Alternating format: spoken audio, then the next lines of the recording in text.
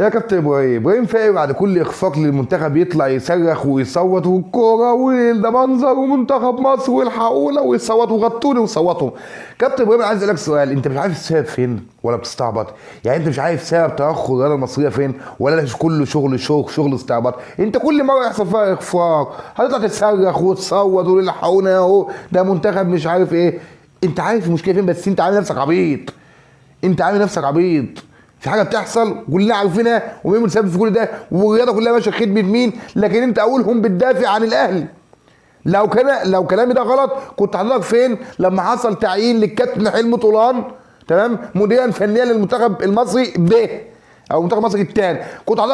كنت فين لما حصل تعيين الكابتن حلمي طولان؟ ما طلعتش انتقدت ده ليه؟ وقلت يا جماعه كابتن حلمي طولان ما ينفعش كمدير فنيا لمنتخب مصر، لكن ما ينفعش ليه؟ لان الكابتن حلمي طولان صاحبك وحبيبك وضيف اساسي في قهوه فايق. صح ولا انا غلطان؟ ما طلعش انتقدت حاجه زي كده ليه؟ انت على طول مدافع عن الاهلي بس يحصل فيه مشكله ونلاقي سوق الصين العظيم واقف بيدافع عن الاهلي، لكن ساعه ما يحصل مشكله تعمل نفسك اخرس، الموضوع يعدي تبدا تقول لا المنتخب وتصوت وتعمل كده. لكن الكابتن حلمي طولان حبيبك وصاحبك وزي ما قلت لك زبون مستدام في الاول، فاطلع انتقده ليه؟ لا هعدي الموضوع لحد ما يحصل اخفاق واطلع انتقد المنظومه كلها. طب ممكن تنتقد المنظومه من الاول على تعيين الكابتن حلمي طولان. لا كابتن ابراهيم، انت كان في مره من المرات كابتن حسام بدري لغى الوديه اعتقد عشان خاطر ماتش الاهلي، انا فاكر حاجه زي كده كلمه عندي بس مش فاكر الماتش، ساكن من كده مش عشان خاطر الاهلي، لغى وديه فالتصنيف بتاعك لبسك في السنغال، ما طلعتش فتحت بقك، ما هاجمتش المنظومه ولا اتكلمت خالص. ليه؟ الموضوع عادي ما يخصكش، مش منتخب وتصنيف ولبست في السنغال كلتك على عينيك سقفوا لك كده ونطروك بره راس العالم. عملت انت ايه؟ عملت ايه لما الاهلي نفسه رفض ارسال لعيبته المنتخب الاولمبي؟ عملت انت ايه؟ ولا حاتم ولا اتكلمت ولا فتحت بقك بجنيه، لكن تطلع تقول لي اصلي المنصوبه وده شكل كوره ايه؟ مصدوم؟ ما هو قدامك زينا على الظلم اللي بيحصل. طب حضرتك فين وانت بتعتبر نفسك ابو المحايدين في الدنيا لما صعبت ارض نادي الزمالك؟ ما شفناش سور الصين العظيم والصراخ اللي بيحصل دلوقتي، مع ان ده جزء من الرياضه المصريه، فريق مصري مملوك للدوله المصريه زي الاهلي. عملت له ايه؟ ايه اللي انت ضفته؟ يعني انت ما كنتش عارف ان حلمي طولان ملوش فيها؟ انت نفسك ما طلعتش شيل كلمه حلمي طولان وحط مدير منتخب مصر سين من الناس، وسين من الناس ده انت ما تعرفوش، واخر مره ضرب فيها سين من الناس ده من 2000 سنه. معلش فاكرين اخر مره ضرب فيها كابتن حلمي طولان؟ انا مش فاكر. لو انا يا عم جاهل اطلع قول انت جاهل، ده ضرب من سنتين ثلاثه. ايه اللي عمله كابتن حلمي طولان عامه في مسيرته كلها؟ لكن النهارده عشان مش ده سين، لكن ده كابتن حلمي طولان ما كلمتش يا راجل. ده الجزائر بطلة اللقب المره اللي فاتت كانت بتلعب مين؟ افتكر كده معايا، كانت بتلعب المدير الفني المساعد للمدير الفني الاساسي. عملت ايه؟ خدت بيها اللقب وطلعت له لعيبه جديده ومجرد لعيبه ثانيه، وفي النهايه الجزائر بطلت لكاس العرب. شابوه. انت النهارده لا كسبت فني ولا كسبت مادي ولا كسبت منظر حتى، انت صفر. الاردن النهارده منتخب الاردن ابطال لعيبه ابطال، عامل زي مرتضى منصور، لعيبه ابطال، امهاتهم ابطال، زوجاتهم ابطال، منتخب كله ابطال. يحيى الاردن او تحيا الاردن، تحيا الاردن مره واثنين وثلاثه واربعه. ايه النهارده انا منتخب مصر مش قادر يكسب، مش قادر قد الدور ده مش قادر. عندهم مجموعات الاحترام لسوريا وفلسطين والاردن بيقدموا كوره ممتعه حتى لو ما تاهلوش. يا عم هم ما تاهلوش خالص اهو، بس شفت الكوره، شفت المنظومه الرياضيه. الكابتن محمود طالع النهارده هي دعت الرياضه المصريه قال اطلع ارمي اللوم على غيرك، اطلع ارمي اللوم على غيرك. طب حضرتك يا كابتن ابراهيم ما طلعتش انتقدت ليه رئيس رابطه الانديه انه ما اجلش ماتشين بيراميدز ليه عشان خاطر المنتخب؟ ليه؟ مع انك انت اعلامي وعندك منبر اعلامي وتقدر تنتقد حاجه زي كده، ما عملش كده ليه؟ لكن هو كده النهارده تلاقي كابتن حلمي طولان ضيف في برنامج الكوره مع فايق، بكره تلاقيه مدير فني منتخب مصر بكره يمشي يمسكوه لجنه فنيه في الاهلي، يمسكوه لجنه فنيه في اتحاد الكوره. ده مش كده على كابتن حلمي، كده على سين من الناس. يفشل في ده فيرجع تاني يحكي ذكرياته مع مين؟ مع هو الفايق، ما سبب طلوعه. ما هي منطق كده. هو الاعلام النهارده الضيف في برنامج اعلامي مستديم، بكره مدير فني يمشي يجي يمسك حاجه في اتحاد الكوره، يجي راح تاني فشل يودوه اعلام، يجي من اعلامي يمسك تاني ايه؟ عضو مجلس اداره فيفشل. فهي منظومه رياضيه كده ماشي.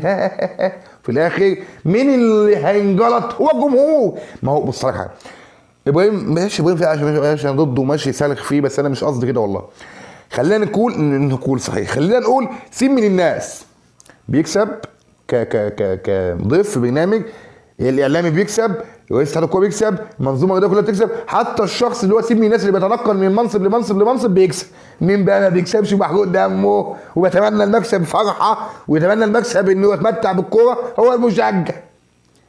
بطلوا بقى لان الواحد حمض وزهق، وبطلوا بقى عنجهيه على الفاضي، وبطلوا فيها ان احنا نشوف نفسنا احسن من الناس واحنا نفهم احسن من الناس دي كلها ولا اي حاجه. بص في واحد بيحركوا زي الجمود ده، طق اقلب، طق اتكلم، طق اسكت، طق يلا ولعها، يلا صفيه بس. ايه كده بقى المنتخب اللي انت النهارده ما عملش اي حاجه ولا بجنيه كوره ولا بجنيه اداره ولا بجنيه اي حاجه؟ ده الكابتن محمد طولان يعني لك ايه؟ صعبان عليه يقول انا ما عملتش حاجه في البطوله، صعبان عليه يقول انا فشلت، صعبان يقول علي اتحمل مسؤوليه بس. قال يعني انت لو كان معاك نجوم النجوم يا راجل، ده انت النهارده الاردن بالمنتخب الثاني قفقفت لك على عينيك، قفقفت لك على عينيك ووشك وكل حاجه. انت النهارده منتخب بلا شخصيه، المنتخبات اللي كانت بتتعلم منك بقت احسن منك ويجبوا الطياره وعدوا.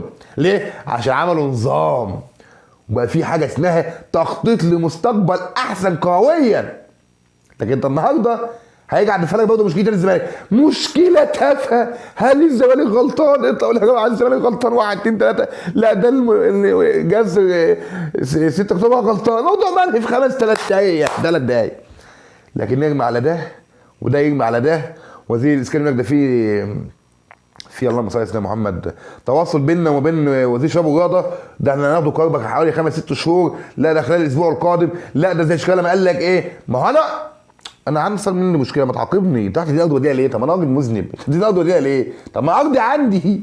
هو انت انا قلت لك بالاول انت لو بتعاقب اشخاص طلع مش عايز لك لفظ وحش، ايه انت عايز الصح فيهم؟ انت شايف صح اعمله فيهم، لكن انت كده بتعاقب منظومه هي بتاعتك. نادي الزمالك نادي مملوك للدوله.